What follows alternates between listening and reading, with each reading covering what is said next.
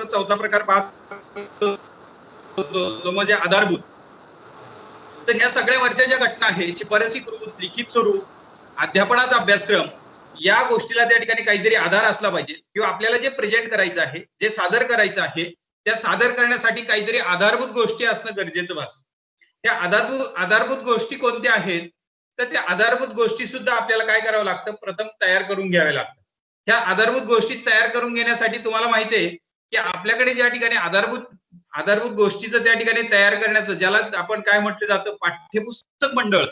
आपल्या पूर्ण महाराष्ट्रातलं जे पाठ्यपुस्तक मंडळ जे आहे पुण्यामध्ये, त्या बालभारतीद्वारे जे त्या ठिकाणी काय केलं जातं की टेक्स्टबुक हे पुस्तकं जी आहेत, मग इयत्तेवाईची जी पुस्तकं आहेत, ही इयत्तेवाईची पुस्तकं काय केली जातात, तज्ज्ञ मंडळींकडनं तयार करून घेतली जातात. ती कशा प्रकारची बनवायची, काय करायची, याची पूर्णपणे काय केलं जातं. हे जे पाठ्यपुस्तक मंडळ जे आहे, हे पाठ्यपुस्तक मंडळ वेगवेगळ्या प्रकारच्या, वेगवेगळ्या स्तरावरच्या त्या ठिकाणी काय केलं जातं की तज्ज्ञ मंडळींची नेमणूक करून तशा पद्धतीचे त्या ठिकाणी काय केले जातात, पाठ्यपुस्तकं निर्माण केली जातात. मग पहिलीचं असेल, दुसरीचं, तिसरीचं, चौथीचं, अगदी 12वी पर्यंत त्या ठिकाणी काय केली जातात, वेगवेगळ्या विषयाची असेल ही पाठ्यपुस्तकं तयार केली जातात. मग ही पाठ्यपुस्तकं तयार करण्यासाठी आपण त्या ठिकाणी जर विचार केला असेल तर किती श्रम पडतं, काय करतं, किंवा कोणकोणत्या प्रकारच्या ह्या इथे जे पाठ्यपुस्तक मंडळातील ज्या कमिटी आहेत, विषयावाईज कमिटी असतात, त्या ठिकाणी लँग्वेजच्या कमिटी वेगळी, परत त्याच्यामध्ये लँग्वेजमध्ये आपल्याला असं दिसतं भाषा, मराठी भाषा विषयाची कमिटी वेगळी, हिंदी भाषा विषयाची कमिटी वेगळी, इंग्लिशची वेगळी, इतिहासाची वेगळी, भूगोलाची वेगळी, सायन्सची त्या ठिकाणी वेगळे.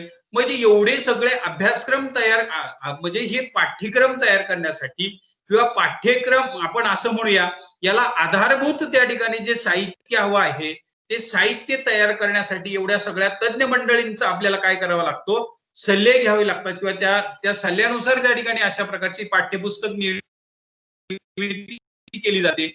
आणि ती पाठ्यपुस्तक निर्मिती केल्यानंतर आपल्याला पहिलं माहित आहे की कोणत्या घटकाची निर्मिती करायची, कोणत्या घटकाची निर्मिती केल्यानंतर ते कशा कशा क्रमाने लावायचे, कोणत्या त्या ठिकाणी लावायचे. नाही तर तुम्हाला माहित असेल की याच्यामध्ये जर काही गडबड झाली तर तुम्ही आता एवढ्यात एक दीड महिन्या पाठीमागच्या महिन्यामध्ये जर तुम्ही मराठीच्या पुस्तकामध्ये त्या ठिकाणी 8वीच्या पुस्तकामधलं जर काही गोष्टी अभ्यासल्या असेल, 8वीचं मराठीचं पुस्तक जर त्या ठिकाणी तुम्ही पाहिलेलं असेल, तर ह्या पुस्तकामध्ये एक छोटीशी त्रुटी त्या ठिकाणी तयार झालेली होती. आणि ती त्रुटी त्या ठिकाणी काय झालेली होती की सर्वसामान्य समाज असेल, विद्यार्थ्यांच्या समोर आपण शिकवताना कशा पद्धतीने आली होती.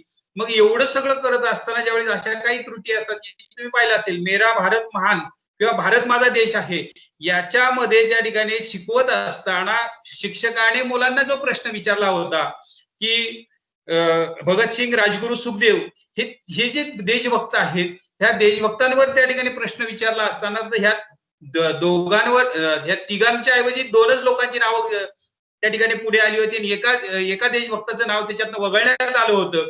म्हणजे अशा प्रकारे ज्यावेळेस आपण पाठ्यक्रम असतो, जो घटक निवडत असतो, त्याच्यामध्ये काही पहा की शुद्धलेखनाच्या त्रुटी असतील, अशा काही सामाजिक दृष्टिकोनातून त्रुटी असतील, याचा सुद्धा आपल्याला काय करावं लागतं, भान ठेवावं लागतं. ते कसं लावायचं, काय करायचं, समाज दुखावला जाणार नाही ना, विद्यार्थी दुखावला जाणार नाही, प्राध्यापकाला त्याच्यापासून कोणत्याही प्रकारचा त्रास होणार नाही, याचा सगळा सारासार विचार करून अशा प्रकारे काय केलं जातं, अभ्यासक्रम निर्मिती करत असताना, किंवा त्या ठिकाणी त्याला ज्या आधारभूत गोष्टी लागतात, त्या आधारभूत गोष्टी त्या ठिकाणी निर्मिती करत असताना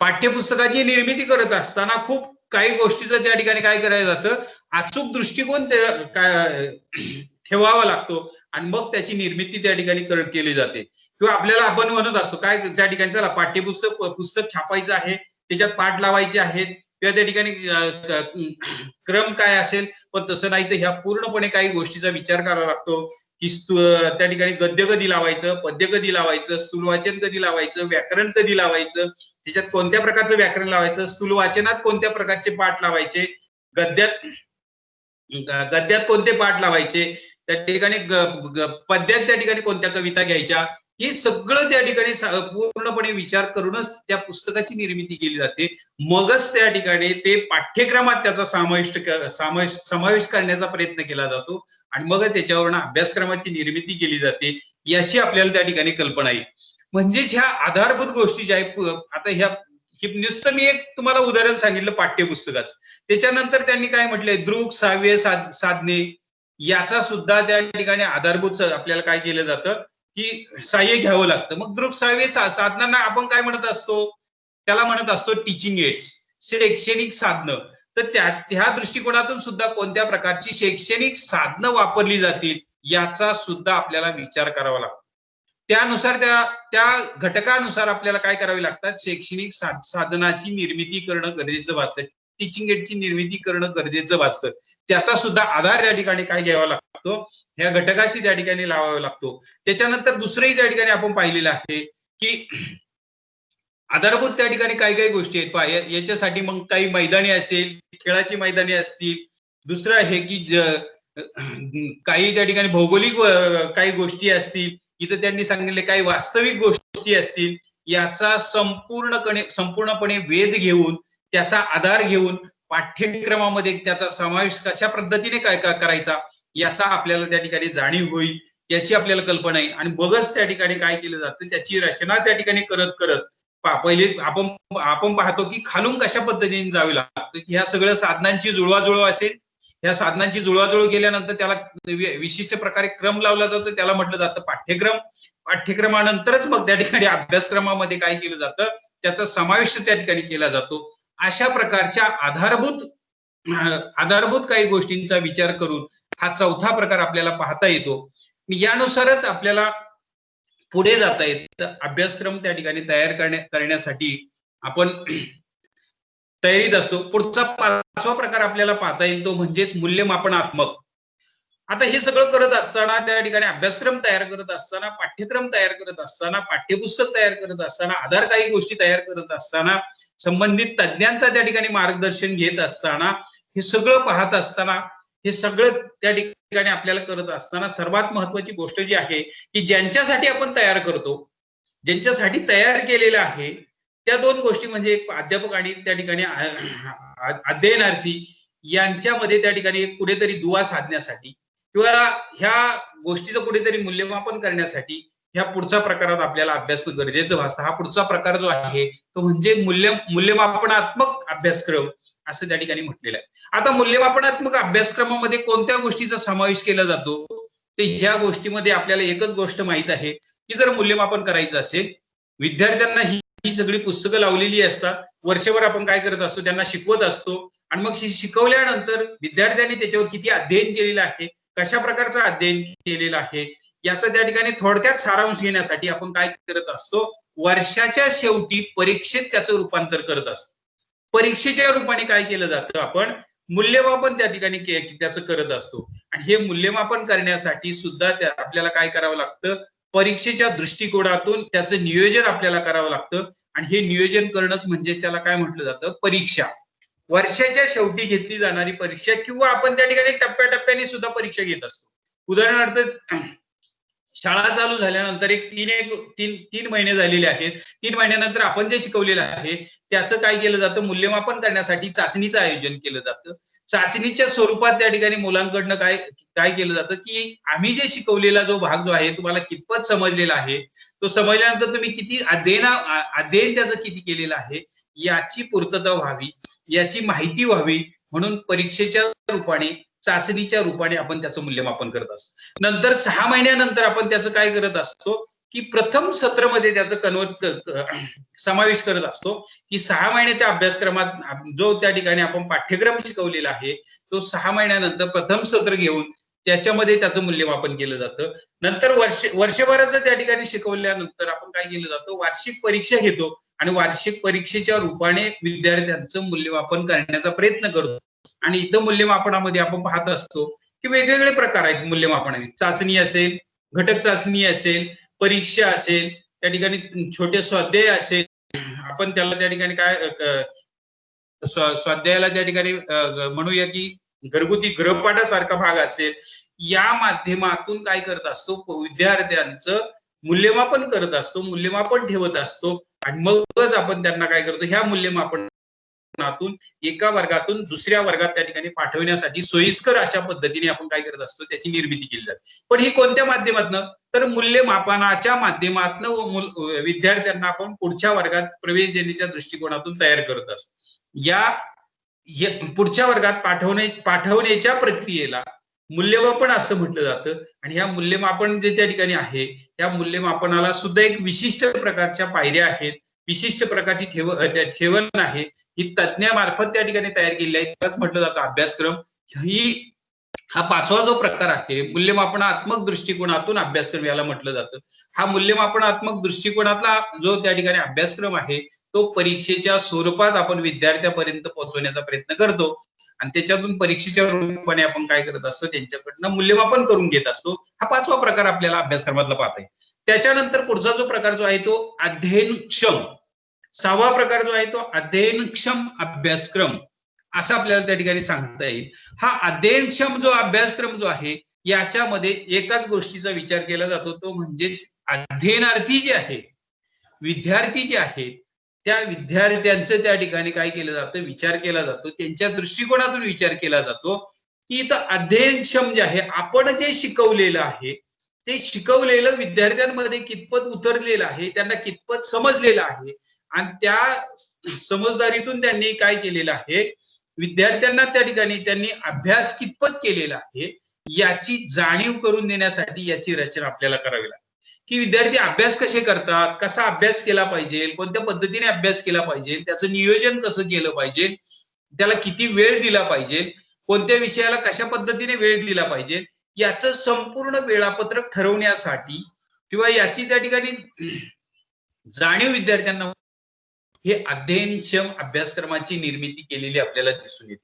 आता विद्यार्थ्यांनी काय करायचं, कसं करायचं, काय सादर करायचं, याच्या दृष्टिकोनातून आपल्याला काय केलं जातं, ह्या प्रकारामध्ये मार्गदर्शन केलं जातं. अध्ययनक्षम अभ्यासक्रमामध्ये आपल्याला विद्यार्थ्यांच्या बाबतीत विद्यार्थ्यांनी अभ्यास कसा करायचा याच्या बाबत आपल्याला मार्गदर्शन केलेलं दिसून येतं. मग कोण कोण कशा पद्धतीने आपण जर त्या ठिकाणी विद्यार्थ्यांकडनं काय, विद्यार्थ्यांनी काय सादर करायचं, या अभ्यासक्रमातून काय घ्यायचं, तर इथे असं म्हटलेलं आहे की विद्यार्थ्यांनी जो त्या ठिकाणी घटक असेल, जो पाठ्यक्रम आहे, जो जे विषय आहेत, ते विषय वर्गात झाल्यानंतर त्याचा अभ्यास कसा करायचा, त्याचं नियोजन कसं करायचं, त्याचे वेळापत्रक तयार कसं करायचं आणि त्याच्यानुसार आपला अभ्यासक्रमाचा दृष्टिकोन कसा पुढे करायचा आणि त्याच्यातून हा दृष्टिकोन पुढे ठेवून विद्यार्थ्यांनी कशा प्रकारे सादरीकरण करायचं हे आपल्याला या प्रकारात पाहता येईल. त्याला म्हटलं जातं अध्ययनक्षम अभ्यासक्रम. हा 6वा पाहता येतो की तो विद्यार्थ्यांच्या दृष्टिकोनातून आहे. विद्यार्थ्यांचे मूल्यमापन ज्यावेळेस पाहतो आणि ते मूल्यमापनाच्या दृष्टिकोनातून ज्यावेळेस विचार करतो की कोणत्या विद्यार्थ्याला किती मार्क्स पडले, किती टक्केवारी पडली, मग कोणत्या विद्यार्थ्यांना आपल्याला किती लक्ष दिलं गेलं पाहिजे, या विद्यार्थ्यांना आपल्याला पुढे कसं घेऊन जाता आलं पाहिजे, या दृष्टिकोनातून ह्या अध्ययनक्षम अभ्यासक्रमामध्ये बऱ्याचशा गोष्टी लावण्याचा प्रयत्न केलेला आपल्याला दिसून येतो. आणि पुढचा जो प्रकार आहे, पुढचा प्रकार आणि शेवटचा प्रकार आपल्याला अभ्यासक्रमाच्या प्रकारामधला अभ्यासता येईल, तो म्हणजे छुपा अभ्यासक्रम. आता हा छुपा अभ्यासक्रम म्हणजे काय, तुम्हाला त्या ठिकाणी प्रश्न पडलेला असेल. छुपा अभ्यासक्रम म्हणजे काय, याचं कुठेही लिखित स्वरूप त्या ठिकाणी दिसून येत नाही, कुठेही लिहिलेलं दिसत नाही. आतापर्यंत आपण त्या ठिकाणी पाहिले 6 जे प्रकार पाहिलेले आहेत, या 6 प्रकारामध्ये कुठेतरी आपल्याला काय केलं जातं, लिखित स्वरूप दिसून येत असतं. त्याचं काहीतरी त्या ठिकाणी मांडण्याचा प्रयत्न केलेला असतो. शिफारशीकृत मध्ये आपण पाहतोच असतो की संबंधित शाखा आहेत, तज्ञ मंडळी आहेत, यांच्या मार्फत काहीतरी लिखित स्वरूप आपल्याला असतं. लिखित स्वरूपामध्ये आपल्याला पाठ्यक्रम किंवा पाठ्य घटक लावण्याचा प्रयत्न केलेला येतो. इथं धडे आपल्याला दिसून येतात. अध्यापित अभ्यासक्रमामध्ये वर्गात काय करून घ्यायचं, कोणत्या प्रकारची कृती करून घ्यायची, याचंही त्या ठिकाणी निवेदन त्या ठिकाणी केलेलं असतं किंवा लिखित स्वरूपात त्या ठिकाणी मांडण्याचा प्रयत्न केला असतो. आधारभूत मध्ये त्या ठिकाणी पाठ्यपुस्तकाची निर्मिती केली जाते, टीचिंग एडची निर्मिती केली जाते. मूल्यमापनामध्ये काय केलं जातं, परीक्षा घेतल्या जातात आणि अध्ययनक्षम मध्ये विद्यार्थ्यांनी काय सादर करायचं कसं सादर करायचं याचं त्या ठिकाणी लिखित स्वरूप आपल्या समोर त्या ठिकाणी असलेलं असतं. पण आता हा जो 7वा जो प्रकार जो आहे, त्या 7व्या प्रकारामध्ये आपल्याला हा छुपा अभ्यासक्रम आहे. छुपामध्ये लपवून ठेवलेला. याचं पुढे त्या ठिकाणी काय केलेलं असतं, कुठेही त्या ठिकाणी लिखित स्वरूप नसतं, पण शाळा असेल, महाविद्यालय असेल, शिक्षक असेल, विद्यार्थी असेल, यांनी काही गोष्टी ज्या आहेत त्या पाळावयाच्या असतात. त्या पाळावयाच्या गोष्टी ज्या आहेत याचा विचार या अभ्यासक्रमामध्ये असतो. पहा किती महत्वाचा प्रकार आहे पहा. आणि याच्यावर बऱ्याचशा गोष्टी अवलंबून असतात. लिखित स्वरूपात नसलं तरी सुद्धा बऱ्याचशा गोष्टी ह्या अभ्यासक्रमाच्या प्रकारामध्ये पाळल्या जातात. मग याच्यामध्ये काय पाळलं जात असेल तर सर्वात पहिलं उदाहरण जर आपल्याला पाहायचं म्हटलं तर सांस्कृतिक दृष्टिकोनातून काही गोष्टी सांगितल्या असतात. आता सांस्कृतिक दृष्टिकोनातून कोणत्या गोष्टी सांगितल्या असतात, इथं संस्कृतीचा विचार केला जातो. आमची कोणती संस्कृती आहे, भारतामध्ये कोणत्या प्रकारची संस्कृती आहे, याचा विचार इथे केला जातो. का आपल्याकडे त्या ठिकाणी याच्याबद्दल अभ्यासक्रम तयार केलेला आहे की संस्कृतीमधील काही गोष्टी त्या ठिकाणी सांगितल्या. उदाहरणार्थ आपण असं म्हणूया की नातेसंबंध आहेत. या नातेसंबंधासमोर आपण त्याला हे सांस्कृतिक मध्ये मोडलं जातं. पहा की आपली जी भारतीय संस्कृती आहे, या भारतीय संस्कृतीमध्ये नातेसंबंधांना अत्यंत चांगल्या प्रकारचं महत्व दिलं जातं. मग हे महत्व कोणत्या प्रकारे असतं आपण त्याला पाहत असतो की बघ एक विशिष्ट प्रकारची काय केली जाते, नात्यांची काय केली जाते, रचना केली आहे. वडील असेल, मुलगा असेल, भाऊ असेल, बहीण असेल, आई असेल, इतर त्या ठिकाणी इतर काका असेल, काकी असेल, त्या ठिकाणी इतर मित्र असतील, याचा सगळा जो समावेश असतो हा नातेसंबंधात असतो. आणि मग हे नातेसंबंध जोपासण्यासाठी आपण त्याचा कशा प्रकारे आदरभाव ठेवतो याचं पुढे लिखित स्वरूप आहे का, याचं पुढे त्या ठिकाणी मांडलेलं आहे का. चला वडील आहेत, मग वडिलांचा कशा प्रकारे आदर करायचा, वडिलांना वडिलांप्रमाणेच आपण आदर केला पाहिजे. आपण ह्या विशिष्ट मोठ्या व्यक्तीचा त्या ठिकाणी आदर करत असताना कोणत्या शब्दांचा त्या ठिकाणी वापर करायचा, आदरयुक्त शब्द कोणते वापरायचे, अशा पद्धतीने त्या ठिकाणी जे काम केलं जातं त्याला संस्कृती असं म्हणतात. त्याच्यानंतर आपण पाहतो की पेहराव असेल, वागण्याच्या पद्धती असेल, काही गोष्टी त्या ठिकाणी असतात. सामाजिक दृष्टिकोन त्या संस्कृतीमध्ये येतो की सामाजिक दृष्टिकोन ठेवत असताना आपण कशा प्रकारे समाजात वागायचं, कसं बोललं गेलं पाहिजे, ह्या ज्या काही गोष्टी आहेत याचं कुठेही लिखित स्वरूप त्या ठिकाणी नाही, पण आपण मोठ्या प्रमाणात पाळलं जातो याची आपल्याला कल्पना आहे. त्यावेळी नातेसंबंधामधील असेल किंवा तुम्ही असं म्हणत असाल शिक्षक आहे आणि विद्यार्थी आहे, हे नातं आपण जपत असताना ते कसं जोपासतो, कशा प्रकारे जोपासलं जातं याची कल्पना त्या ठिकाणी तुम्हाला येईल.